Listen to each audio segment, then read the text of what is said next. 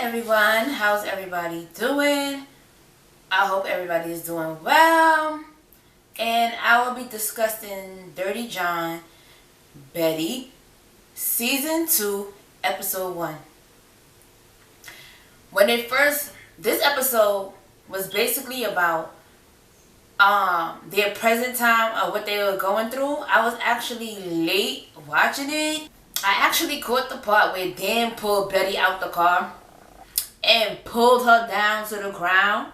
And then when she was coming to, the police arrived already on the scene.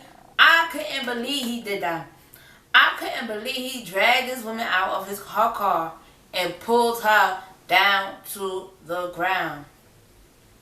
But she was upset that she was upset that Dan sold the house, so she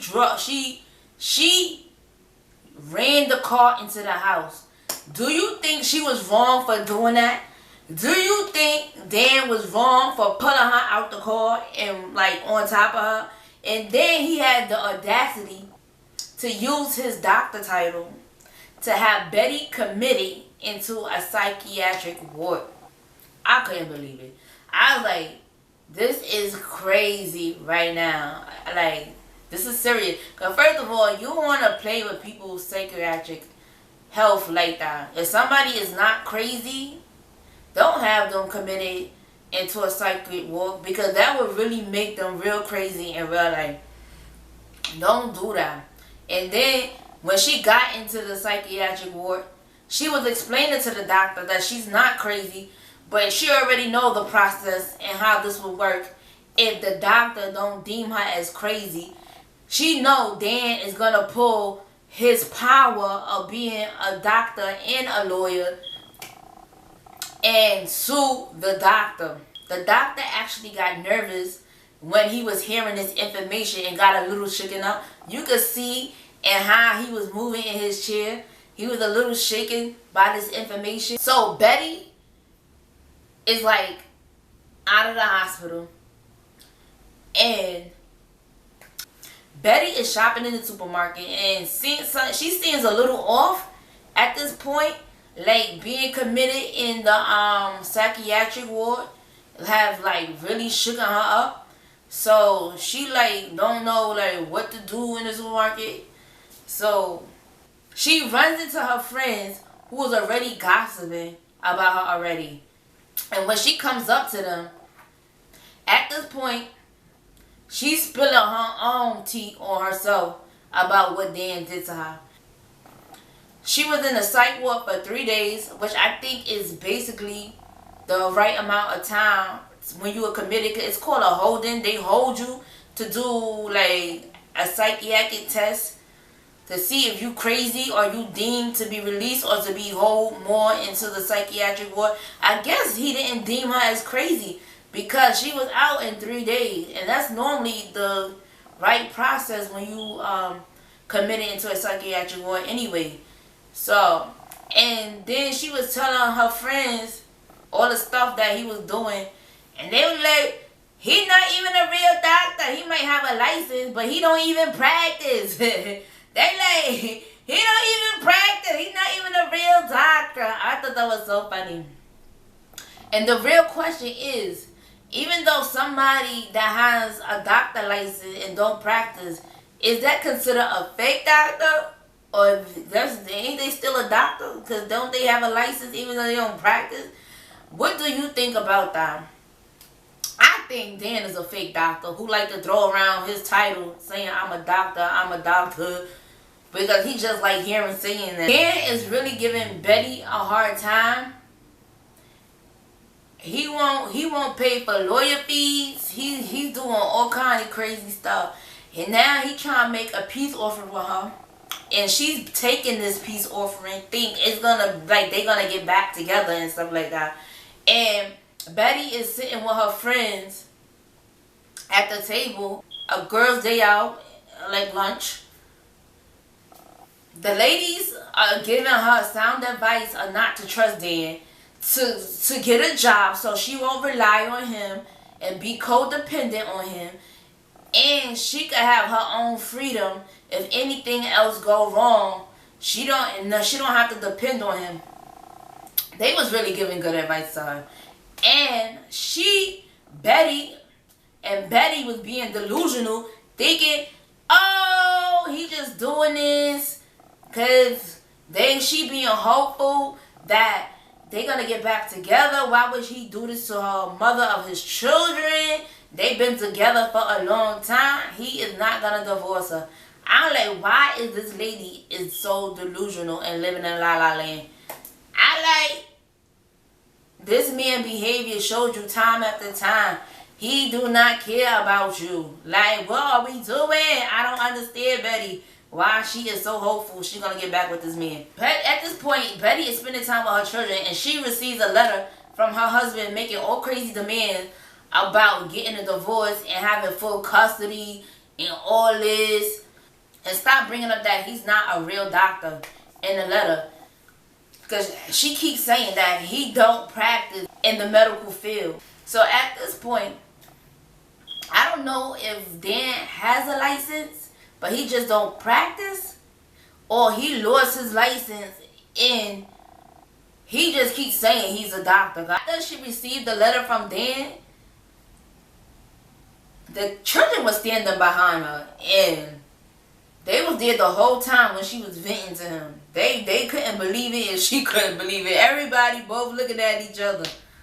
I was like, oh. At this point, Betty went away to Colorado because Dan paid for it. This is one of his plans, to send her to Colorado. So when the lawyer was calling, because the lawyer calls her and say, I've been calling, and you haven't been responding, because she was already in Colorado. And Dan has been calling her lawyer, and the lawyer tell her that he is not gonna be her lawyer anymore because he is not getting paid by her or by Dan. And she won't listen to his advice. So she loses her lawyer. I'm like, that is really crazy, because at this point, you can't be afforded to be losing a lawyer at this point. Betty goes to an interview, and this lady interviews her, and she gets the job. Because she gets the job. People really like Betty and think she's a real talented planner when it comes to things. And Betty is so happy. Betty meets up with Dan, and Dan actually brings up that her new job. I'm like, how he found out that she had a new job? And I said probably through the kids, because the kids probably told him at the end of the day. And she tells him, Betty tells him that she likes her new job and meeting new people. And it seemed like Dan was jealous. Like, he really didn't like that she was getting herself together. But he didn't really show it. Like he cared about what she was doing. And Betty's reaction is like, why does this man don't care? It's like she's begging and pleading and trying to do anything to get this man to love her. And I'm like, oh my God, Betty is getting on my nerve too. Stop begging this man to be in love with you. I don't understand, like, why she don't get it. So at this point, Betty is at her job. And she looks, oh my God, she looked like she is hurting bad. Like, in her feelings, she hurting his eye. And she don't know what to do. It's like she on her last rope. And it's like panicking because she can't find a lawyer. She is calling lawyers. Nobody is returning her call. Nobody is picking up, answering. Either they can't do it, and she don't know what to do. I felt bad for her at that moment. I like, oh my gosh. I felt it terrible. Because you don't want to be in a situation like that. It's like, a divorce is not easy. Like, that is not an easy thing. And you definitely need a lawyer if you going through a divorce. And a good one too. There are good divorce lawyers out there. Trust me, that will work on your behalf. But you definitely got to have the money for a divorce lawyer, because they don't come cheap. Let me tell you, they don't come cheap. So Betty is at having a dinner with her two friends, and they conversating together, and she's just like they're like the third wheel at the table. And she apologizing to them like for all this mess that's going on. And she wants the man to represent her because I guess he's a lawyer too. And he don't want to represent her because that's not his field, he say. So Betty is at the club with her friend. They talking and everything. And I guess Betty meets somebody at a club. And they dance the night away. Betty go home. She's on the bed and she is feeling nice. Betty is feeling good. And at the end of the day, she called her husband Dan, reminiscing about an old friend. Dan and Betty talks about on the phone about this old friend. And after they talk, Dan don't even seem like he cares and rush Betty off the phone and hangs up the phone, and she just can't understand what is going on. I know at this point, this scene, she is feeling lonely because she ain't got nobody. And I know her spirit is low, like low. Once again, Betty is meeting with another friend who's giving her sound advice once again. I mean, Betty got good friends because they are giving her good advice. And so Betty is at the table with her friend. And she tells her that Dan postponed the trial, the hearing for the divorce and everything. And the friend hears everything, and it said it doesn't, and the lady that she's talking to is hearing this information, and she's like, this doesn't sound right. She's saying that you didn't receive nothing in writing saying that the hearing was postponed, and he told you himself. She knew that wasn't right. That lady was smart. And she told her to check again. You should show up anyway to the court because you don't know, you might have a court date. And you should check to see if there's a court date. Betty, once again, in delusion land, I don't understand. It's like, oh, Dan would never do this to me. Dan would never do that. And tell her not to worry about it. Because clearly, Betty ain't worried about it either. I can't believe it. I would have been showing up there every day if there's no court date. I would have been calling the court. I've been going to the clerk office in the court. Do I have a hearing? Do I have a trial? Because one thing you don't want to play is with the court date. If they tell you to appear, you better be there. I know that's right.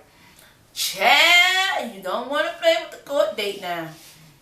This is the day of the hearing. Everybody is in court but her.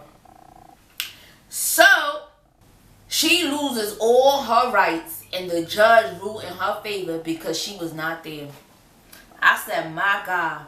Only if she could have checked. You didn't go. You could have checked. You could have went to the clerk office and find this out. I don't understand why this lady would be in La La Land. So at the end of the day, is be careful who you let into your life, because people will turn your life upside down for no freaking reason.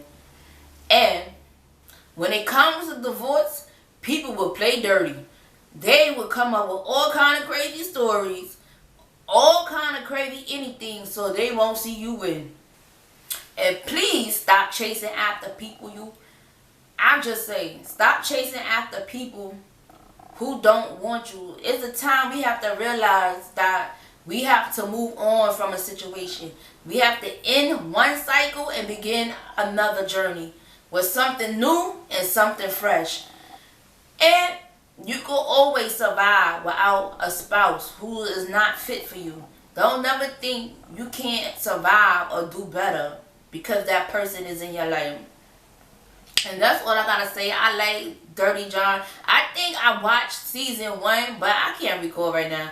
because I think I stopped watching, but I really like this show, so I'm gonna continue to watch it. Like and subscribe if you like some of this content. And remember this, I put God first above anyone and anything. I'm out this piece. Deuces.